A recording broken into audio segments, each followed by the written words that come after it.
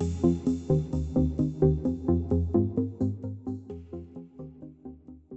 everybody, welcome to ARE Live. I'm Mark Tier, the founder and CEO here at Black Spectacles. I'm joined with our producer, Patrick Finnegan, and architect, Chris Hopstock, one of our own here at Black Spectacles, who's gonna review several project planning and design mock exam questions. Indeed, PPD, not PDD. So many similarly sounding letters there. We're gonna go through questions that cover PPD knowledge and skills related to knowledge of protocols and procedures conducting a code analysis, knowledge of building codes and their impact on building design, and knowledge of preparing code analysis documentation. So it should be a good one. If you're joining us for the first time, Black Spectacles is the leader in ARE prep.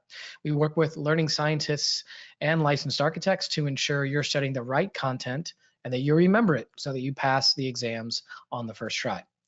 We've built everything that you need to pass the exams, including new video lectures with motion graphics and 3D animation, practice exams that are as close to the real thing as you can get, flashcards, quizzes, and virtual workshops. And they're all built upon a curriculum that ensures you're learning the right content, and they all work together with our custom-built platform to ensure that you remember the information so you pass the exams on the first try. That's why our pass rates are 50% higher than the national average, and why our members report passing in half the time of the national average. If you want to learn more, you can visit blackspectacles.com. And if you're ready to get studying, stick around to the end so you can take advantage of our discount for individual memberships. Over on Instagram, TikTok, and Facebook, we regularly post mock exam questions. So if you don't already follow us, certainly suggest that you do. You can find us at the handles here, at black.spectacles on Instagram and TikTok, and then at Black Spectacles on Facebook. Our next ARE Live will be December 18th of 2024. Can you believe it? We're almost at the end of the year, where we'll be covering a CE mock exam. You can go to blackspectacles.com/podcast to sign up. We offer 2 referral programs. The first is a referral program for firms and schools. And it's pretty interesting. If you introduce us to your boss or HR, or whomever's in charge of making the decision, and if your organization signs up, you will receive a $250 gift card. So to participate, follow the instructions on blackspectacles.com/group-referral. Just a heads up, we realized that the form on that website was a little goofed up and it wasn't really working before. So we've changed it a little bit. All you have to do is, give us your email address and we'll get in touch and work with you to figure out what's the best way to chat with the leadership at your office or at your school. So it's a little bit different. So if you've checked it out before, I'd encourage you to check it out again. And if you think that there's any chance that your firm might be interested, just fill it out. We'll get in touch and figure out how to get your firm signed up so you can earn $250. Our second referral program is a Refer a Friend program. Sign up to receive a customized discount code to save your friend 15% off any membership, and then you receive a $50 gift card of your choice when they redeem. What's cool about this is that there is no limit on how many gift cards you can earn. So you can earn like whatever, $150 gift cards. As long as your friends sign up, you earn the $50 gift card. So it's a great deal for everybody involved. Today, we're going to be engaging exclusively on our online ARE community. So right now, I'd encourage all of you to open up your browser, type in community.blackspectacles.com, and then right at the top, we've pinned a thread called ARE Live PPD Mock Exam November 2024. And if you have questions as we're going through the session today, post your questions there, and we'll answer your questions as we go throughout the episode, I should say. And just as a heads up, everyone who posts in that thread will be eligible to win a free Black Spectacles t-shirt. So again, literally all you have to do is go over to community.blackspectacles.com, say hi, and that's it, you're registered. And of course, don't forget to stay tuned until the end of the episode to see if you've won a free t-shirt. I want to talk about licensure stories. We've been talking over the last few episodes. I think we launched this in June of 24, a series of interviews that we did with recently licensed architects. It's on our community. So if you go to community.blackspectacles.com, you will find the posts around licensure stories. It's really cool because they share their experiences of going through the exams. So they talk about what went well, what didn't go well. And there's some awesome stories in there, harrowing sort of experiences that people have had over the years getting through the exams. I think, and what's cool about it is the range is all over the place. I think we have someone who got through the exams in like, 6 months really fast, and someone for whom it took like 20 years. So again, everyone has a different experience. Sort of the concept behind licensure stories is for you to be able to kind of have the benefit of hearing other people's stories and experiences, so you can learn from them. And it also is it's encouraging, when you hear people who have persisted through many ups and downs. It's encouraging when you're going through the process yourself. So I'd encourage all of you to check out licensure stories over on our community. All right, that's it for me. I want to welcome today's guest, Chris Hopstock. In addition to working with us here at Black Spectacles, Chris is an architect based in New York. Chris, it's great to have you back.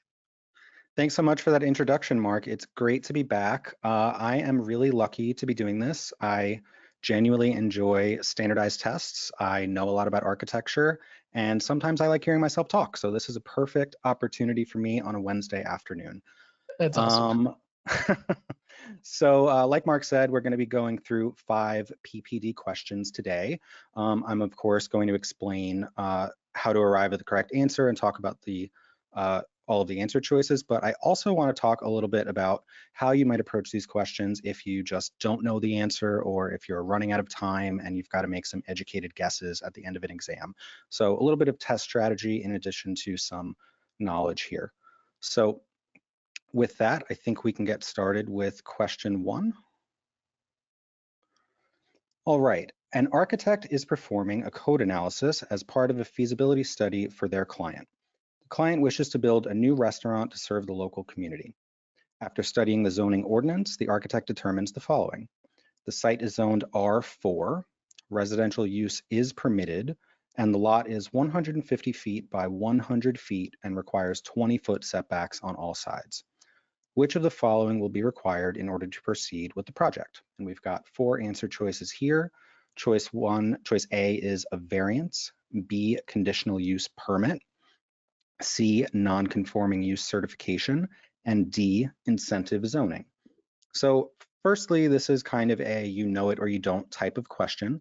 You certainly need to know what these definitions mean in order to answer the question. So I'll explain what all of these mean. And I just wanted to point out there's kind of a lot of filler language in this question. There's really only 2 important parts here, and those are that we are building a new restaurant and residential use is permitted. When we say residential use is permitted, the implication there is that nothing else is permitted. Usually when zoning talks about permitted uses, that means that those are the only things that are permitted to be on that land. Like I said, everything else is sort of unnecessary. It says that the site is zoned R4, but we don't really know what that means. Maybe that means it's a 4.0 FAR, but the question doesn't tell us. I would say that the way that you can sort of parse through a question like this and do what I just did is really practicing. Not only taking practice quizzes and exams, but evaluating them afterwards, going over your correct and incorrect answers so that you can see what you did, see where you went right, see where you went wrong, and that'll really help you whittle down a question like this into just the important information so that you can answer it quickly. You need to remember that you've got, on average, about 2.5 minutes per question on the ARE, so you don't want to spend a lot of time wondering on this question, for example, if the lot size matters. You just want to be able to parse through the information and get to the important stuff. So let's go through our answer choices. So choice A, a variance. A variance is used really when proposed bulk doesn't comply with zoning and when you can demonstrate a hardship. So it might be used if you have a super narrow lot and your side setbacks are kind of big, so your building would be kind of just way too narrow to be functional. In that case, you might look to proceed with a variance. We're not really talking about a bulk situation here. Again, we're talking about client wants to build a restaurant, only residential use is permitted. So I would say variance is not a good answer choice. Choice B, conditional use permit. That is the correct choice. These types of things are used in exactly this situation. Zoning does not allow your proposed use, but you want to make a case that that proposed use is going to benefit the community and, equally as important, not negatively affect the community. So with this new restaurant in a residential zone, you might want to point to the fact that maybe this restaurant will create jobs, it will prop up the local economy a little bit, and you've got a strategy to not negatively impact the community. You're going to have enough parking. You're going to screen the building, maybe with some landscaping from the neighboring residential units. So this is exactly the type of situation you would use a conditional use permit. We've also, I'll just go through the other answer choices here. We've got a non-conforming use as a choice. This could be correct if the site already had a restaurant on it. Non-conforming uses are buildings that predate the existing zoning in place, but were existing at the time that it was enacted, so they're allowed to continue. And if this was a renovation of an existing restaurant, maybe you would need some sort of certification that the restaurant has been a non-conforming use for some time, so it should be allowed to continue as a non-conforming use. Finally, incentive zoning is incorrect here. Incentive zoning is used oftentimes to allow more bulk in exchange for the owner giving something back to the community. That can sometimes be like a park or some sort of public space, or maybe they have to plant a whole bunch of street trees, something like that, where a building is allowed to be bigger than it normally would be because the owner is going above and beyond and contributing back to the community in some way. So that is the answer to question 1, conditional use permit. And I would really recommend learning these terms for all of the PA, PPD, and PDD divisions. This type of a zoning question could come up in any of those divisions. If I really didn't know the answer to this question, I would just note that options B and C both have the word use in it, and we are talking about use here in this question. Even the middle bullet talks about residential use. So I think if I was going to guess at this question, I would probably choose between B and C, and that improves my chances from 25% to a 50% chance, and that's much better. All right, I think we can move on to question 2. So question 2, refer to the exhibit on the right. An architect is designing a new mixed-use building which will contain 3 retail spaces on the ground floor and 40 housing units above. The building will be fully sprinklered. What is the minimum required separation between the 2 uses? And we have 4 answer choices: 0 hours, 1 hour, 2 hours, and 3 hours. So this is a classic question here where we have to use IBC table 508.4 to determine the separation between occupancies. I will note that this table is reproduced. It's not the exact table that you see in the IBC. And I've done that to remove some footnotes, which, like I said, aren't included here, just to simplify the question. You could see a question like this in a case study where they might provide you with the entire chapter 5 with those footnotes, and you'd have to reference some other sections just to see if they come into play. So when you see this type of a chart on a discrete question, a standalone question, and you want to just use the information that's in front of you. Don't start thinking to yourself that there is this footnote and I need to think back to it. Just if there's an exhibit on a question, use that exhibit the way it's presented to you. The other thing I would say is this is a really common chart, like I said. You're probably going to see questions about this chart on the ARE. So I would practice using it so that you can use it quickly and efficiently and not waste time trying to figure out how to use this chart. So I'll walk you all through how I use this chart, and you can use it in a different way as long as you're arriving at the correct answer, but I would choose a strategy and stick to it.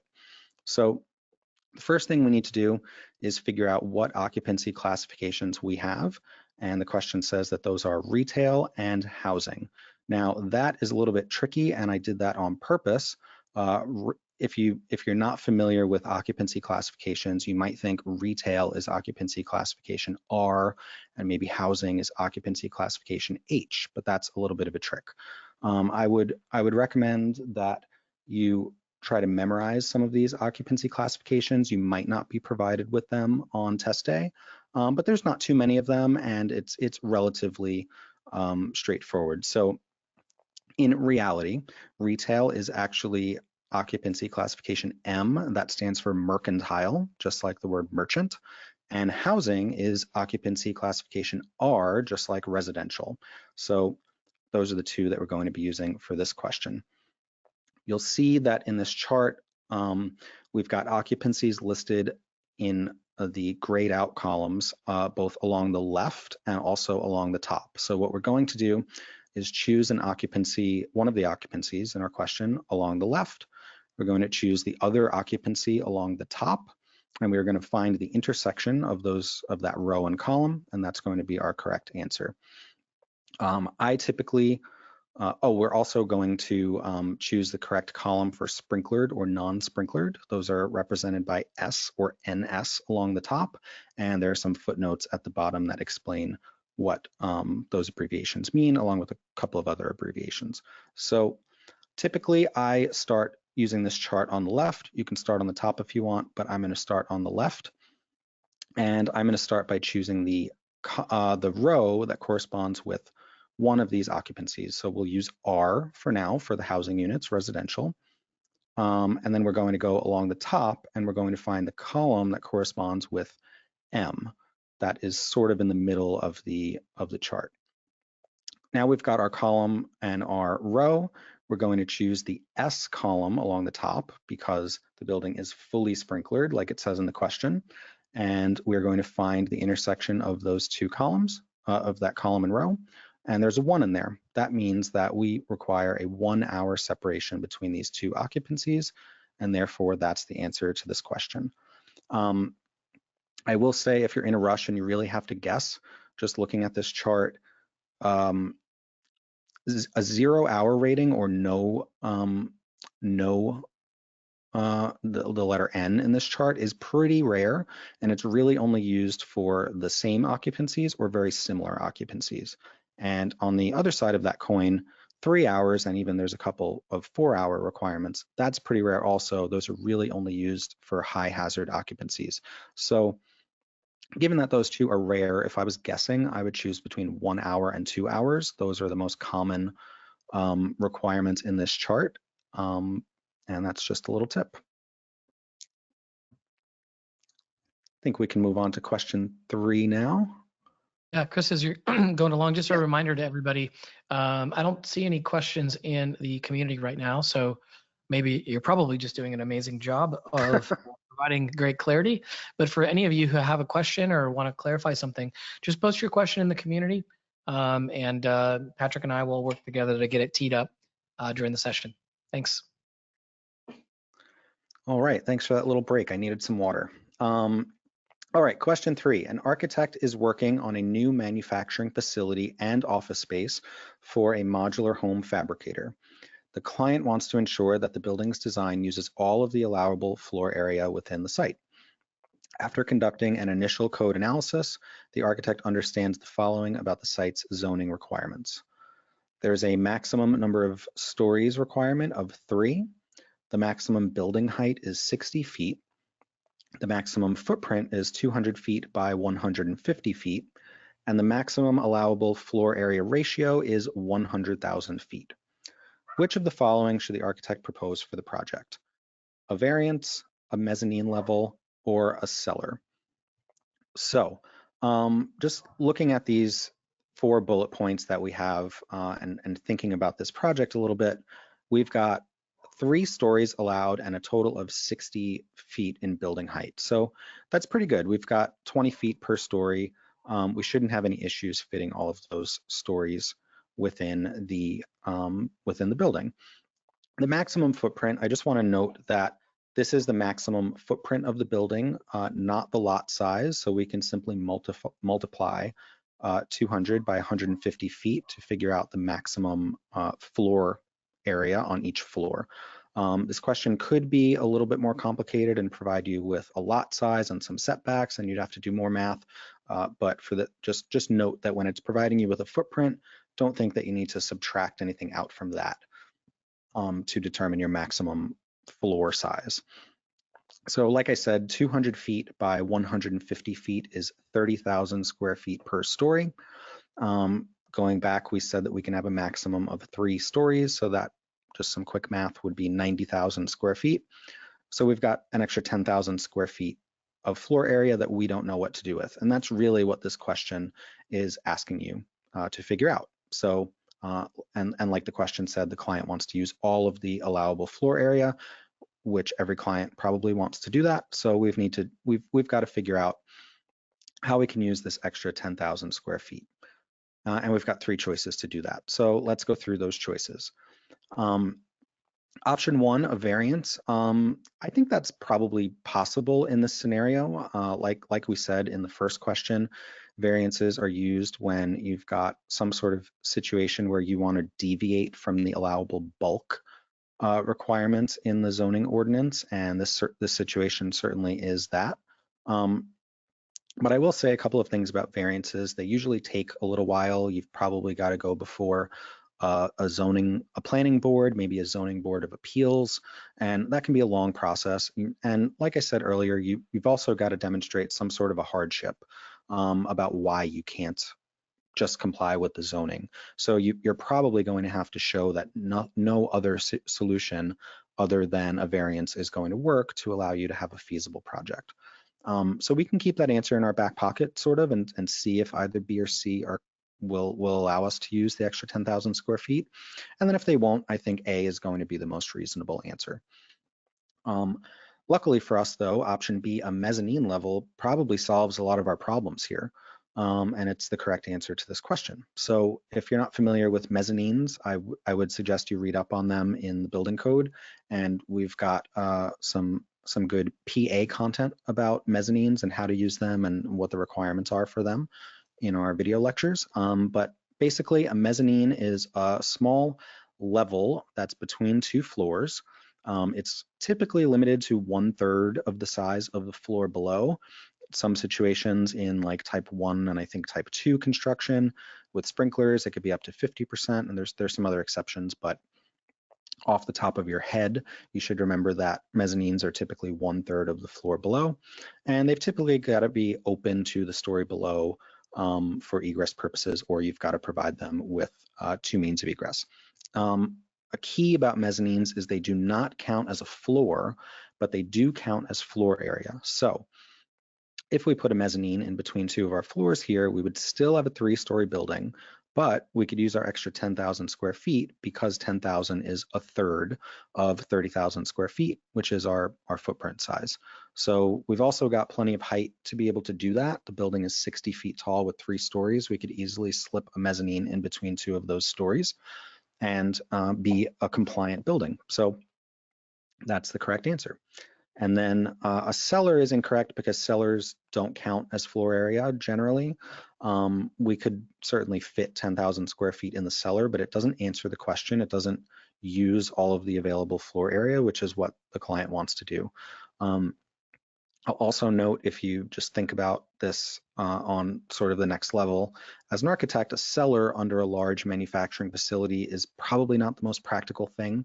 You would have to have a pretty beefy floor system in order to have these big modular homes that you're fabricating on a first floor with some space below. It's much more practical to have a slab on grade situation for a manufacturing facility.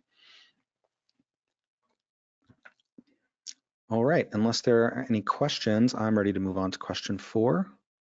Yeah, let's do it. All right, an architect is performing a code analysis for a 4-story residential building. This urban infill building is composed of brick party walls on 2 sides, masonry exterior walls on the front and rear facades, and wood floor joists supporting each floor. The floors are supported in the center with an LVL beam set on masonry piers. What is the construction classification of the building? And we have 4 choices: type 1, type 2, type 3, and type 4. So similar to question 1, kind of another you know it or you don't type question, but I'll have some tips at the end of this about how maybe you could think about this if you're in a rush or just don't know, you haven't memorized your construction types. I would highly recommend learning the 5 construction classifications for the PA, PPD, and PDD exams. They come into play a lot when we're talking about a number of building code topics like maximum building height, maximum allowable area, maximum number of stories, and just a whole host of building code topics. So I would be familiar with them kind of in the way that I'm about to describe each of them now. So type 1 construction is non-combustible and fire resistive. So think about a cast in place concrete building. They're typically used for high-rise buildings where you might need unlimited height and area. And like I said, they're going to be the most fireproof, fire resistive of all of the construction classifications. Type 2 is also non-combustible, but it's got lower fire ratings than type 1. So you can think about some steel buildings here. And in practice, if you have a big building that you're building, you're usually choosing between types 1 and type 2. And typically, if you can build the building that you want in type 2, you will do that because it's going to be less expensive. And if you really need the extra height or area or both, you would end up using type 1. Type 3 is the correct answer to this question, and it is sometimes called other things. Sometimes it's called hybrid construction. Sometimes it's called ordinary construction. It was historically called ordinary construction because in the early 1900s, when building codes were starting to get written and codified, this was the most common type of building. It's usually a brick non-combustible exterior wall with wood floor joists. So if you think about in any cities like New York or Chicago, any of the buildings downtown from sort of the early 1900s, this is usually the way that they were built. So basically, if a fire was to start in one of these buildings, the building wouldn't survive the fire, the floor joists would burn relatively quickly, but all these brick exterior walls would stop the fire from spreading to the neighbors and get some time for firefighters to arrive. So that's type 3 construction, and then I'll just go through the type 4, which is heavy timber. So think type 4 is like large, maybe 6 by 12 timber frame structures. While they're made of wood, if you've ever tried lighting a fire, you know that getting huge pieces of wood to burn is pretty hard. So these are wood buildings, but they're relatively fire resistive when compared to other types of wood construction. And the last type, which is not a choice here, but type 5, is typical wood framed construction. So just think of how most houses in the United States are built, with wood stud walls at maybe 16 inches on center, wood floor joists, wood roof rafters. These are smaller wood members than you're going to use in type 4. They're usually 2-bys, so like a 2x12, 2x6 walls, maybe some LVLs, but these are light frame wood construction. And as you can imagine, they burn faster than any of the other construction types. So looking at this question, just again to answer it one more time, we've got a mostly brick building, 4 brick walls, and a wood floor system with some masonry piers. I think that's a pretty good description of type 3 construction. Like I was saying, if you don't remember the answer to this, you'll hopefully remember that these 5 building construction classifications are in order, type 1 being the most fire resistive and type 5 being the least. So if you can remember that and you read the question and you think about the fact that there's some masonry, so some portions of the building are not going to burn, but there's wood floor systems, we're somewhere in the middle of these construction types. I would probably pick something between, I at least wouldn't pick type 1 in this question. So I could reduce it from a 4-choice multiple choice to a 3-choice. And with that, I think we might be ready to move on to the last question. Yeah, we're good. I have a couple of questions here that we're holding on to. I'll wait until we get to the end, and then we can circle through and get through those. Great.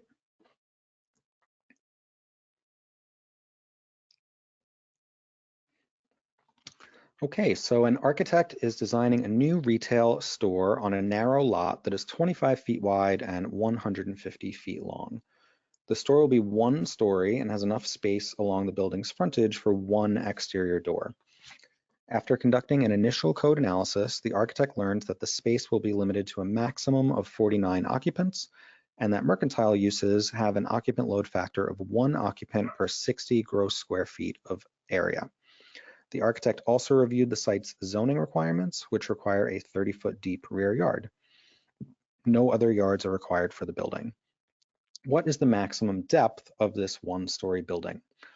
A, 117 feet, B, 117.6 feet, C, 120 feet, or D, 118 feet.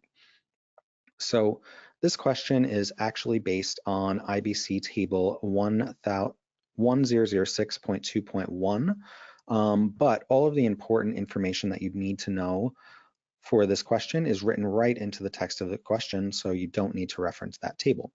That table talks about spaces with one exit, the maximum occupant load that you can have in a space like that, and the maximum travel distances allowed in those situations, which is exactly what we're talking about here. And just sort of an aside, if you've ever been in a lot of ground floor retail in cities, I've noticed has a maximum occupancy load of 49 posted on the wall. The reason for that is that there's usually only room for one door, so that's kind of the situation we're talking about here. Or there could be two doors, but they'd be way too close to each other that it would be ineffective. So we're provided with some information here about the lot size, as well as the maximum number of occupants, occupant load per gross square foot, and a zoning requirement, which is the rear yard depth. So maybe we'll just tackle the zoning requirement first. We've got a 150-foot deep lot and a 30-foot required rear yard, meaning according to zoning, we can have a 120-foot deep building. That corresponds to answer choice C. So we're kind of onto something there, but I think we've got to check and see if any of the occupancy requirements are going to govern this situation so that we can make sure we're complying with all of the requirements present in this question. So to go through the occupancy here and figure out the maximum size of a building we can have with one exit, we're firstly going to need to account for 49 occupants, and we're going to use the 60 gross square foot per occupant allowable in this question. If we multiply those two numbers together, we get a maximum square footage of 2,940 square feet. I also want to just quickly note here that the 60 square feet per occupant requirement here is based on gross square feet. Some factors are based on net square footage, in which case you'd have to subtract out things like wall thicknesses and stuff like that. But this question doesn't give any information about that, and we're talking about gross square footage here, so it is just simple multiplication. So with a maximum area of 2,940 square feet, we can figure out the depth of the building because we know the width of the building. It's 25 feet wide. So if we divide that square footage by the width, that works out to 117.6 feet, which happens to be answer choice B and the correct answer. Now, it's important to realize here, we kind of found two answers, but whenever you have two code requirements, you need to comply with both of them. So what people always say is that you need to comply with the most restrictive requirement. And I think there's some confusion about what does most restrictive mean. So usually in a situation like this, most restrictive is going to mean the smallest thing. We're talking about minimum rear yards and maximum allowable size of a building with one exit. We're going to have the smallest building allowable. If we build a building that is 117.6 feet deep, it's going to have a 30, I have to check my math here, 32.4 foot deep rear yard, which meets the 30-foot rear yard requirement. So if you're ever confused about complying with two requirements and meeting the most stringent requirement, just try to think through the logic of it and make sure that you're complying with both with some logic like that. That's all I've got for question 5. So maybe we've got some time for a little bit of Q&A. Yeah, perfect. So Chris, if we go back to question number 1, there was a question that said, what is the zoning what is the zoning procedure for the conditional use? That's a good question. And that really varies based on your jurisdiction. So there's not like a stock ARE answer that you have to know or memorize. I happen to be on my local planning board, so I've seen some of these conditional use permits. And like I was saying, usually you have to submit a permit, you have to be denied for that permit, and you knew you were going to get denied because you don't comply with zoning. And then you go to a zoning board of appeals, which is often abbreviated as a ZBA. That is a separate board, and they will review your situation and determine, following some set of standards and procedures, if your proposed use really would be helpful to the community. Zoning's not perfect, and I think that that's what conditional use permits and variances recognize, is that there are going to be unique situations, and the rules can't apply in every single situation. So there's got to be some sort of a way to deviate from those rules where it makes sense. So whatever that local procedure is for that board, you would need to demonstrate that A, you're contributing positively to the community in some way, and B, you're not creating any sort of negative impacts, negative environmental impacts or impacts to the neighbors. There's probably going to be some sort of a public hearing involved where neighbors within a certain range are all notified that you're looking to do what you're looking to do. They'll be allowed to say whether they disagree or agree with what you're proposing, and then the board will issue a decision. Awesome. All right, I got one more question here actually I got a couple more, so not one more, but a couple more. Can we go over to question number 3? The question says, can you explain under what circumstances would a seller, CELLAR, be an idea an architect would suggest to an owner? That's a good question. I mean, so in my experience in New York City, most of the large buildings we designed had cellars, just for the simple fact that cellars do not count as FAR. So you don't want to use your precious floor area that you've paid a premium for, but you've got a number of uses that really make sense in a below grade setting. So in a larger building, you're going to have a number of mechanical, plumbing, electrical rooms that you don't want to waste floor area for those. So also you've got generally underground services, so it makes a lot of sense to put those service rooms also underground, so that you can get directly from the street into your service room. Another situation where I've used cellars is where there's a parking requirement, and for a similar reason to mechanical rooms, you probably don't want to put your parking in a place where it might use floor area. But also from a design standpoint, if you've got a big parking requirement, you probably don't want to be looking at 3 levels of parking, for example, in your building. It'd be much nicer to put that sort of a use below grade. So there are a lot of considerations. You need to consider the impact, the cost of digging and how deep your neighbor's foundations might be, and are you going to require any underpinning to build this cellar? But generally, when you're at the programming phase and you're determining should we have any subground space here, it comes down to do I have spaces that make sense to be underground, so that don't require light and air and might benefit actually from being underground, and from a cost perspective and pragmatically, can I build below grade? Got it. Thank you, sir. So question 4, if we can go over there. The question is, if the floor structure were concrete, would that bump it up to type 2? If the floor structure were concrete, that would bump it up to type 2 because you would have fully non-combustible construction.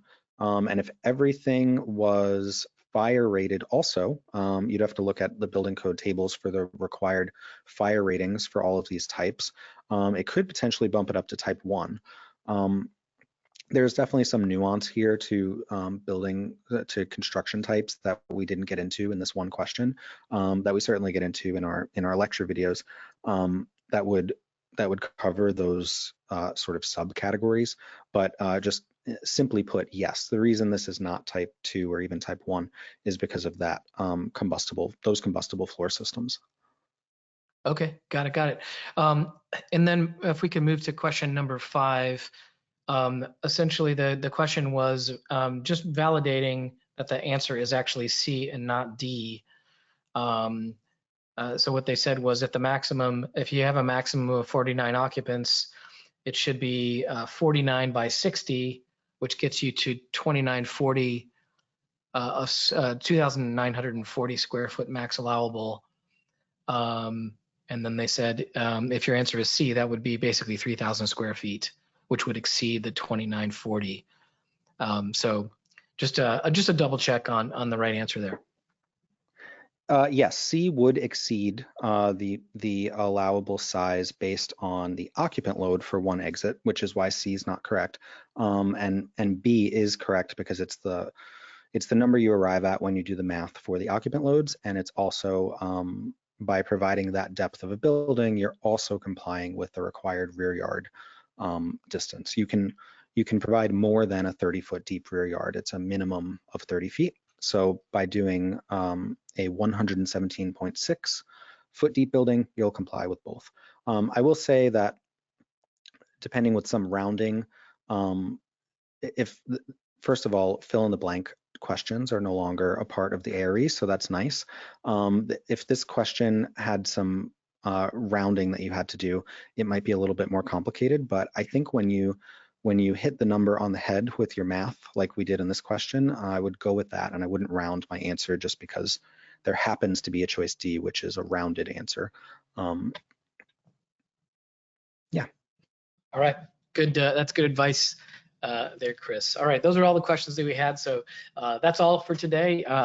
Chris, I guess obviously, I say obviously, but yeah, it's awesome to have you today. Appreciate everything you do, of course, today, but also in your regular work here at Black Spectacles to help support the architecture community. Thanks, Mark. I really enjoy helping people in their licensure journey, and anything I can do to help. If anybody has questions about this after the fact, feel free to tag me in our community at Coach Chris Hopstock, and I will be sure to get back to you all. Thanks, Chris. All right, our next ARE Live will be on December 18th of 2024. We'll be covering a CE mock exam.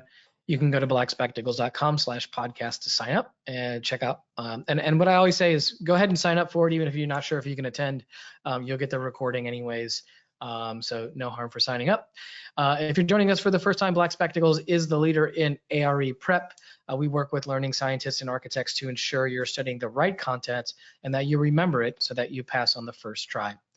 Over on our Instagram, TikTok, and Facebook pages, we regularly post mock exam questions and all sorts of other stuff. So if you don't already follow us, I suggest that you do at the 3 handles that you see here on the screen, at @blackspectacles for Instagram and TikTok, and at Black Spectacles for Facebook. I mentioned earlier, we offer a referral program for firms and schools where all you have to do is introduce us to whoever makes the decision for something, for purchasing a license like that. And if your organization signs up, you will earn a $250 gift card. And I noted at the top that we made some changes to the site. So if you've actually been, I don't know, been on this page before. There was a form that we had on it before. It wasn't working very well. So we made it a lot simpler. All you need to do is put in a couple, basically your name, email, and we'll get in touch and figure out what's the best way to get in front of the right people in your office or at your school. We also offer a referral program. It's a refer a friend program where you can sign up to receive a customized discount code to save your friend 15% off any membership, and then you receive a $50 gift card of your choice when they redeem. And the trick here is that there's not a limit on how many gift cards that you can earn. So I'd encourage you to go to blackspectacles.com/referral to participate.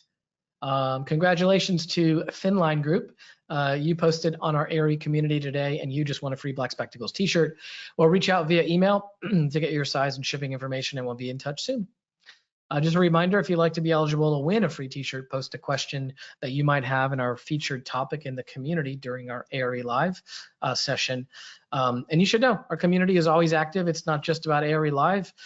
It's a place where you can drop questions in, and as Chris mentioned, we have a staff of licensed architects who will provide answers to any technical questions that you have. So definitely a great place to keep your eyes on. In addition to being able to post questions in the community, we also post content like the recent episodes we posted for Licensure Stories. Licensure Stories is a podcast where I interview recently licensed architects to hear their licensure journeys. They're very awesome stories because most of them involve some sort of trouble that everyone runs into, some sort of trouble in the exams. Maybe they fail an exam, maybe something happens throughout the course of your personal life or whatever. And so it's really, really inspiring. I just pinned actually in the community, if you go to community.blackspectacles.com, I pinned one of our episodes with Andre Gonzalez. It's an awesome story. He became the first licensed architect in Ecuador.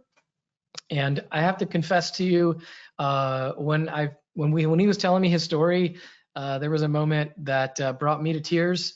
It's just a really inspiring story, and certainly encourage all of you to check it out. It's as I said, it's pinned at the top, and you can listen away. All right, if you're joining us for the first time, Black Spectacles, the leader in ARE prep. We work with learning scientists and so forth. I mentioned that earlier, but as a thank you for coming, we'd like to offer you 30% off any membership with a discount automatically applied at checkout, which is valid until December 2nd of 2024. This is our Black Friday sale. We started it early, and you can take advantage of it right now. So I'd encourage all of you to do so. And then finally, be sure to stick around for a few minutes to take our survey and share any suggestions that you may have. I promise we read every word that you write and use them to tune our next episodes. So thanks for tuning in.